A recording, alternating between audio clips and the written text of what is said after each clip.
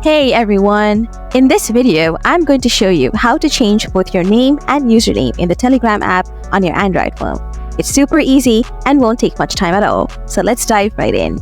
Step 1. Changing your display name.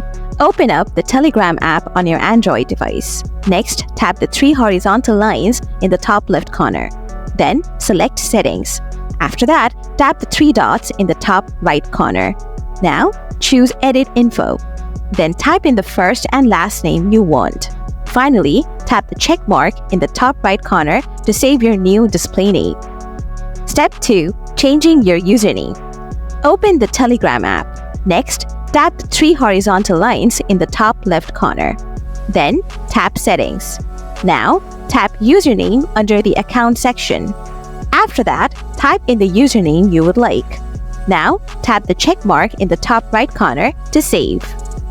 And that's it for today. You have now successfully updated your display name and username on Telegram.